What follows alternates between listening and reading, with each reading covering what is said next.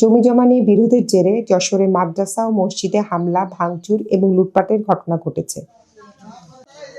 গত ১৯ ডিসেম্বর ভোরে সদর উপজেলার মুন্সেফপুর গ্রামে এ ঘটনা ঘটে। মাদ্রাসা কর্তৃপক্ষ বলছে, মুন্সেফপুর গ্রামের বাসিন্দা আখিরুন্নেছার দানকৃত ৪০ শতক জমিতে ১৯৮৭ সালে প্রতিষ্ঠিত হয় মুন্সেফপুর পূর্বপাড়া ইবতেদাইয়া মাদ্রাসা। এই জমিনে স্থানীয় একটি পক্ষের সাথে দীর্ঘদিন ধরে বিরোধ চলছিল।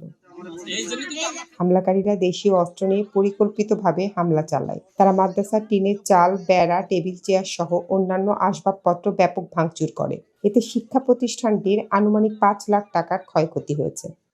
ফজরের নামাজ পড়ে আমাদের ইমাম সাহেবরা মসজিদে ঢুকতে দিইনি, কোনো মুসাল্লিগণ ঢুকতে দিইনি, উড়াই আজান দিয়েছে, উড়াই নামাজ পড়াইছে। পড়ায় মনে করেন যে এই মাদ্রাসা ভাঙচুর করেছে। আমাদের এই প্রতিষ্ঠানে খুব হুমকি ধমকি দিচ্ছে। কালকের আমাদের অস্ত্রপাতি দিয়ে আমাদের খুব তোলপাড় করেছে। আমরা এই মাদ্রাসাটা প্রায় ৬-৭ লাখ টাকা খরচ করে আমরা এই মাদ্রাসাটা উদ্বোধন করেছি। ওরা এসে সকালবেলায় মাদ্রাসাটা ভেঙে ফেলে, তারপরে আমাদের লোকজন যায় আসলো, তাদের মারধর করতেছে।